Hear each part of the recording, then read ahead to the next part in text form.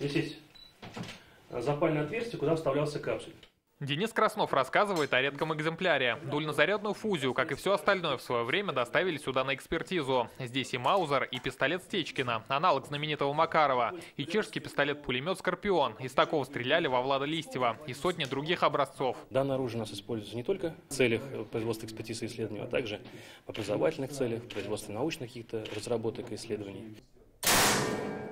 Весь конфискат привозят сюда, в баллистическую комнату. Здесь эксперты определяют, относится ли оружие к огнестрельному. От результатов зависит степень наказания. Мы с вами произвели 3 экспериментальных выстрела. По результатам этих 3 выстрелов мы по формулам установим кинетическую энергию снаряда, которая необходима для установления пригодности и отнесения данного объекта к огнестрельному оружию. Сотрудникам приходится иметь дело не только с оружием. Через их руки проходят наркотики, фальшивки и даже взрывчатка. Казань, например, одна из первых в стране получила взрывы и радиотехнические помещения. Лаборатории оснащены по последнему слову техники.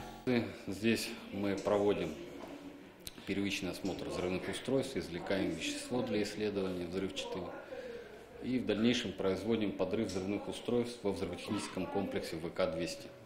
А это, пожалуй, самый неотъемлемый атрибут работы эксперта – криминалистический чемодан. Здесь мы видим масштабную линейку для фотоулик, порошки для снятия отпечатков пальцев, а также валики для дактилоскопии. В общем, все то, что поможет найти улики, благодаря которым преступления могут быть раскрыты.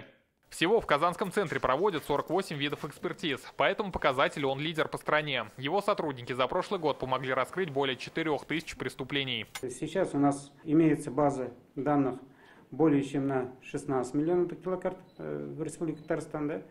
И мы имеем прямой выход на базу федерального значения по дактилоскопической информации. По словам Анаса Мухамедзянова, Казань делится опытом с коллегами из других регионов. Прошлогодние показатели задали высокую планку. Задача на 2019 – превзойти их. Рамиль Галиуллин, Вадим Илларионов, ТНВ, Казань.